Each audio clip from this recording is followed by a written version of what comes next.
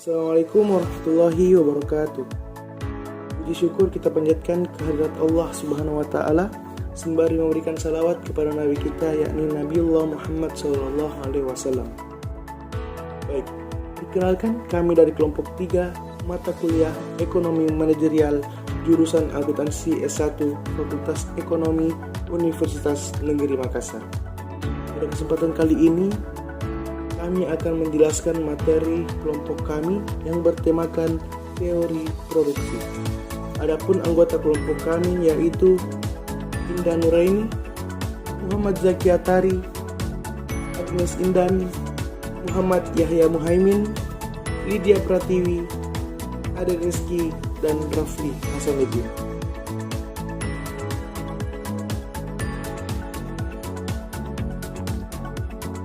Teori produksi adalah studi tentang produksi atau proses ekonomi untuk mengubah faktor produksi input menjadi hasil produksi output. Produksi menggunakan sumber daya untuk menciptakan barang atau jasa yang sesuai untuk digunakan. Dalam teori produksi terdapat 3 aspek proses produksi, yaitu yang pertama kuantitas barang atau jasa yang dihasilkan, kedua bentuk barang atau jasa yang diciptakan, dan yang ketiga itu distribusi temporal dan spasial dari barang atau jasa yang dihasilkan. Faktor teori produksi. Nah, berikut adalah faktor teori produksi. Yang pertama adalah faktor manusia atau yang biasa disebut adalah faktor tenaga kerja. Tenaga kerja merupakan faktor produksi yang diakui di setiap sistem ekonomi terlepas dari kecenderungan ideologi mereka. Tenaga kerja juga adalah segala usaha dan ikhtiar yang dilakukan oleh anggota badan atau pikiran untuk mendapatkan imbalan yang pantas, termasuk semua jenis kerja yang dilakukan secara fisik maupun pikiran. Faktor yang kedua adalah faktor modal. Modal merupakan aset yang digunakan untuk distribusi aset yang berikutnya. Modal dapat memberikan kepuasan pribadi dan membantu untuk menghasilkan kekayaan yang lebih banyak. Yang ketiga adalah faktor sumber daya alam.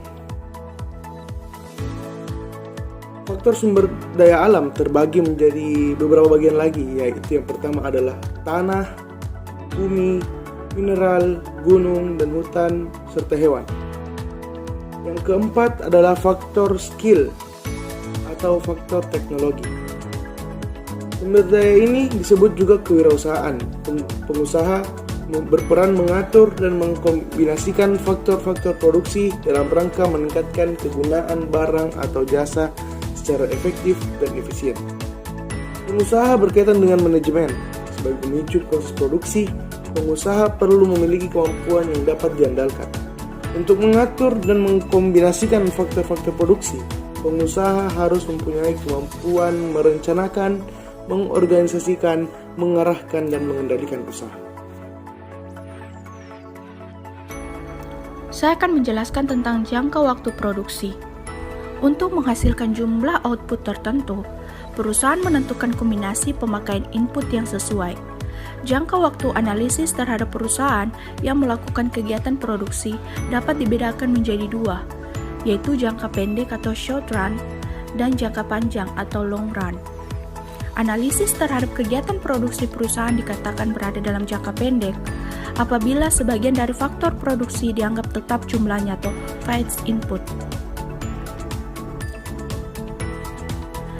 Seperti yang sudah saya jelaskan tadi, jangka waktu produksi terbagi menjadi 2. Yang pertama yaitu jangka pendek atau short run, yaitu jangka waktu ketika input variabel dapat disesuaikan, namun input tetap tidak dapat disesuaikan, yaitu bila sebagian faktor produksi jumlahnya tetap dan yang lainnya berubah. Teori produksi jangka pendek atau satu faktor berubah adalah teori produksi yang sederhana, yang menggambarkan ketika hubungan di antara tingkat produksi suatu barang dengan jumlah tenaga kerja yang digunakan untuk menghasilkan berbagai tingkat produksi barang tersebut. Yang kedua yaitu jangka panjang atau long run, merupakan satu waktu di mana seluruh input variabel maupun tetap yang digunakan perusahaan dapat diubah. Produksi jangka pendek dan produksi jangka panjang, yaitu semua faktor produksi dapat berubah dan ditambah sesuai kebutuhan. Dalam jangka panjang atau long run, dan sangat panjang atau very long run, semua faktor produksi sifatnya variabel. Perusahaan dapat menambah atau mengurangi kapasitas produksi dengan menambah atau mengurangi mesin produksi.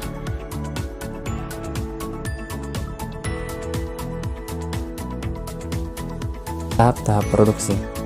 Pada hakikatnya, the law of diminishing return menyatakan bahwa hubungan antara tingkat produksi dan jumlah input tenaga kerja yang digunakan dapat dibedakan menjadi 3 tahap, yaitu pertama, stage 1. Sampai pada saat kondisi maksimum, penambahan tenaga kerja akan meningkatkan produksi total maupun produksi rata-rata. Karena itu, hasil yang diperoleh dari tenaga kerja masih jauh lebih besar dari tambahan upah yang harus dibayarkan. Perusahaan rugi jika berhenti produksi pada tahap ini. Slope kurva TP meningkat tajam. Kedua, stage 2. Antara AP maksimum sampai saat MP sama dengan 0. Karena berlakunya LDR, baik produksi marginal maupun produksi rata-rata mengalami penurunan. Namun, demikian nilai keduanya masih positif. Penambahan tenaga kerja akan tetap menambah produksi total sampai mencapai titik maksimum. Slope kurva TP datar sejajar dengan sumbu horizontal. Kemudian stage 3, saat MP sudah bernilai kurang dari 0 negatif, perusahaan tidak mungkin melanjutkan produksi, karena penambahan tenaga kerja justru menurunkan produksi total. Perusahaan akan mengalami kerugian. Slope kurva TP negatif. Tujuan produksi. Tujuan dari kegiatan produksi mencapai 2 hal pokok, yaitu pertama, memenuhi kebutuhan setiap individu. Kedua, merealisasikan kemandirian. Dalam upaya merealisasikan pemenuhan kebutuhan, ada beberapa hal yang perlu dilakukan, yaitu pertama, melakukan perencanaan. Perencanaannya mencakup produksi, penyimpanan, pengeluaran, dan distribusi. Kedua, mempersiapkan sumber daya manusia dan pembagian tugas yang baik. Ketiga, memperlakukan sumber daya alam dengan. Keempat, keragaman produksi dalam rangka memenuhi kebutuhan konsumen. Kelima, mengoptimalkan fungsi kekayaan berupa mata uang.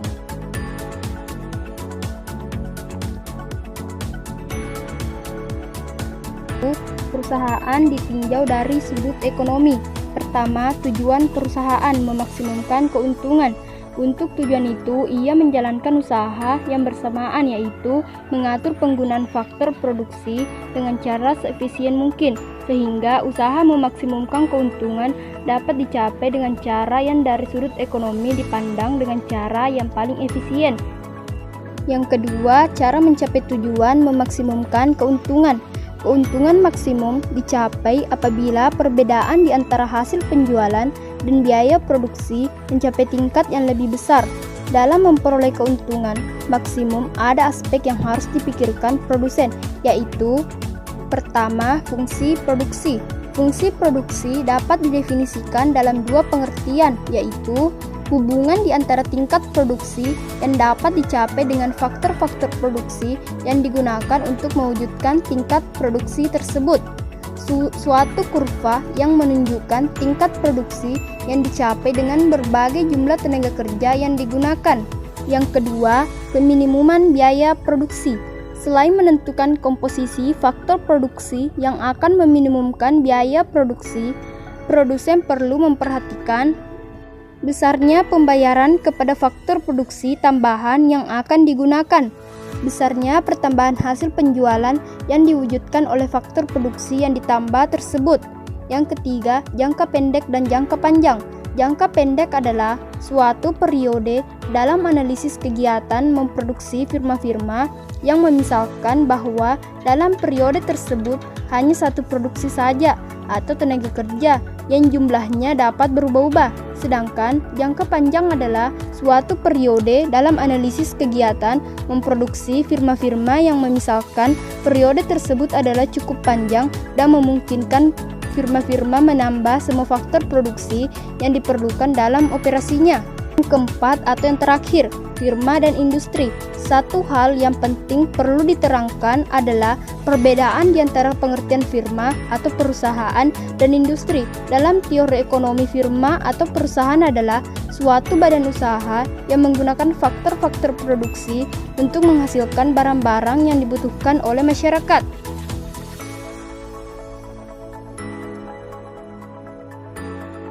Produktivitas. Ekstensifikasi yaitu peningkatan produktivitas dengan cara menambah jumlah faktor produksi yang digunakan. Intensifikasi yaitu dilakukan dengan cara memaksimalkan kapasitas faktor produksi yang telah ada. Rasionalisasi yaitu peningkatan produktivitas dilakukan dengan mengeluarkan kebijakan yang akan meningkatkan efisiensi produksi. Terdiri dari mekanisasi yaitu mengganti sifat padat karya menjadi padat modal dengan menggunakan mesin-mesin modern. Spesialisasi yaitu melakukan pembagian kerja sehingga satu orang bertanggung jawab pada satu jenis pekerjaan saja. Standarisasi yaitu membuat standar tertentu terhadap bentuk, ukuran, bobot, dan detail lainnya dari suatu produksi.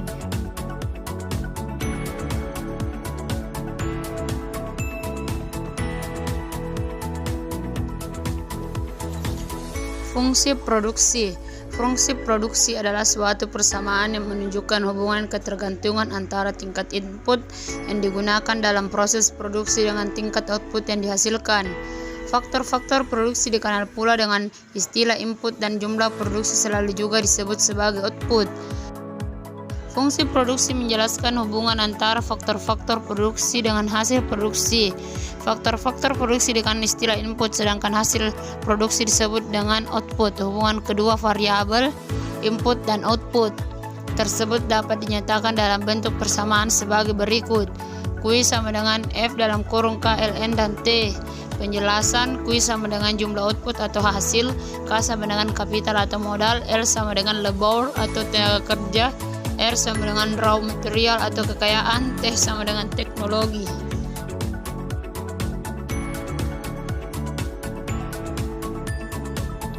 Teori produksi dengan satu faktor berubah. Teori produksi yang sederhana menggambarkan tentang hubungan di antara tingkat produksi suatu barang dengan jumlah tenaga kerja yang digunakan untuk menghasilkan berbagai tingkat produksi barang tersebut.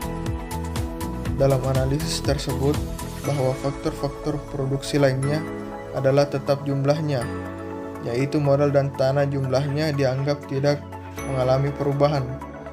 Satu-satunya faktor produksi yang dapat diubah jumlahnya adalah tenaga kerja. Hukum hasil lebih yang semakin berkurang. Hukum hasil lebih yang semakin berkurang menyatakan bahwa apabila faktor produksi yang dapat diubah jumlahnya atau tenaga kerja terus-menerus ditambah sebanyak 1 unit, pada mulanya produksi total akan semakin banyak pertambahannya. Tetapi sesudah mencapai suatu tingkat tertentu produksi, tambahan akan semakin berkurang dan akhirnya mencapai nilai negatif. Hukum ini terbagi dalam 3 tahap. Yang pertama, produksi total mengalami pertambahan yang semakin cepat. Tahap kedua, produksi total pertambahannya. Tahap ketiga, produksi total semakin lama semakin berkurang.